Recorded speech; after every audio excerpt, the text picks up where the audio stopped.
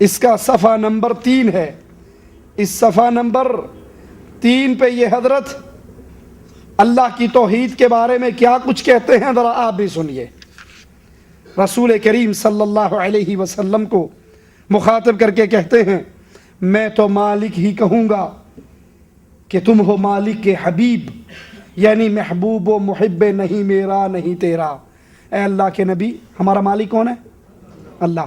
احمد رضا خان صاحب کہہ رہے ہیں کہ اے اللہ کے نبی میں آپ کو بھی مالک کہوں گا کیونکہ آپ مالک کے پیارے ہو.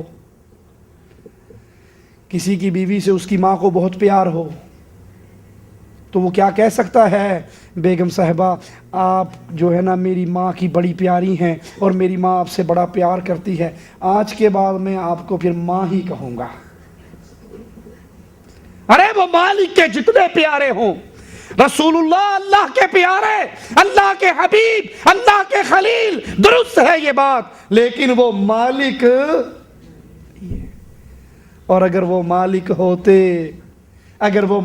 ہوتے احد میں جب ان کے دندان شہید ہوئے تھے، ماتھا پھٹا تھا، گڑھے میں گرے تھے، بے ہوش ہوئے تھے، ہوش آنے پر کہا تھا کیف یفلح القوم، یہ فلاح پائے گی جنہوں نے اپنے رسول کے ماتھے کو پھاڑ ڈالا. اگر یہ مالک ہوتے تو قرآن کی یہ آیت کبھی نازل نہ ہوتی، لیس لک من الامر شیء، اے محمد تیرا اختیار نہیں ہے صلی اللہ علیہ وسلم.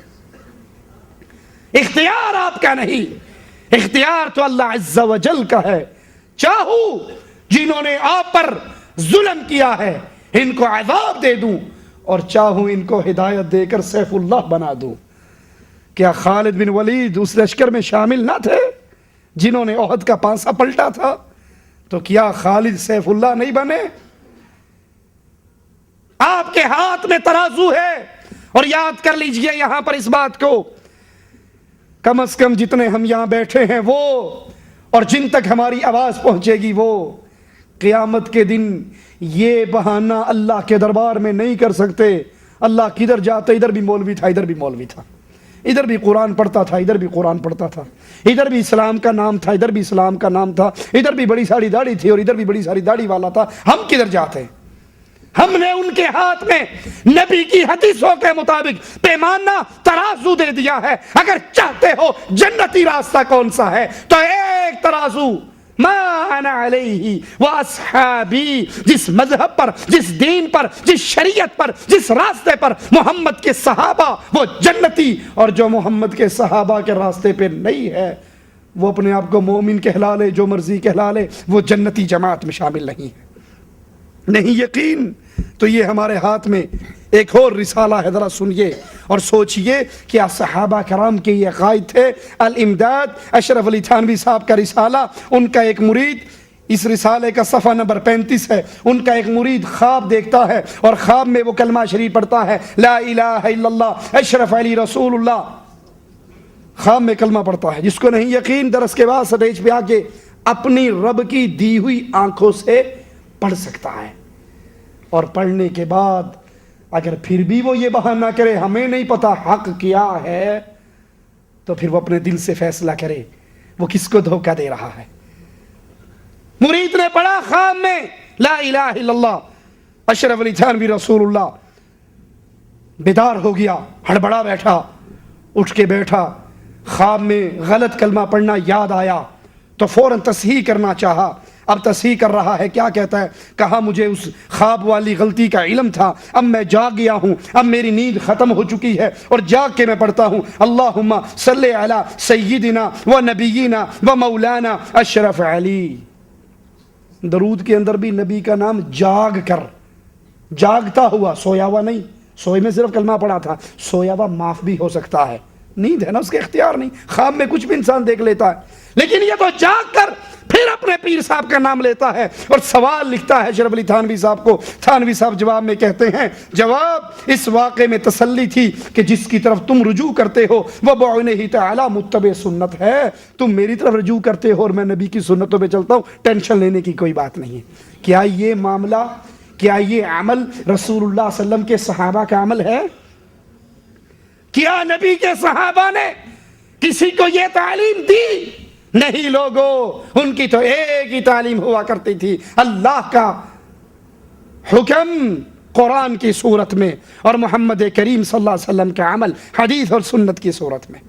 لہذا کوئی فرقہ ناجیہ کو پہچاننا چاہے تو آئے، اہل حدیث کی دعوت کو قبول کرے، اہل سنت کی دعوت کو قبول کرے، جن کے دو ہی آوازیں ہیں، لوگوں اللہ کی عبادت میں کوئی شریک نہیں ہو سکتا، اللہ کی عبادت میں محمد کریم صلی اللہ علیہ وسلم کو بھی شریک نہیں کیا جا سکتا۔ اسی طرح محمد کریم صلی اللہ علیہ وسلم کی اتباع کے اندر کسی اور کو شریک نہیں کیا جا سکتا۔ ہر آدمی کی بات غلط ہو سکتی ہے، صرف محمد الرسول اللہ صلی اللہ علیہ وسلم ایک ایسی ذات ہے جس کی کوئی بات کبھی غلط، وہ شریعت کی بات جب بھی بتاتے ہیں اپنی مرضی سے تو کلام ہی نہیں کرتے، وہ عرش والے کی مرضی سے کلام کرتے ہیں۔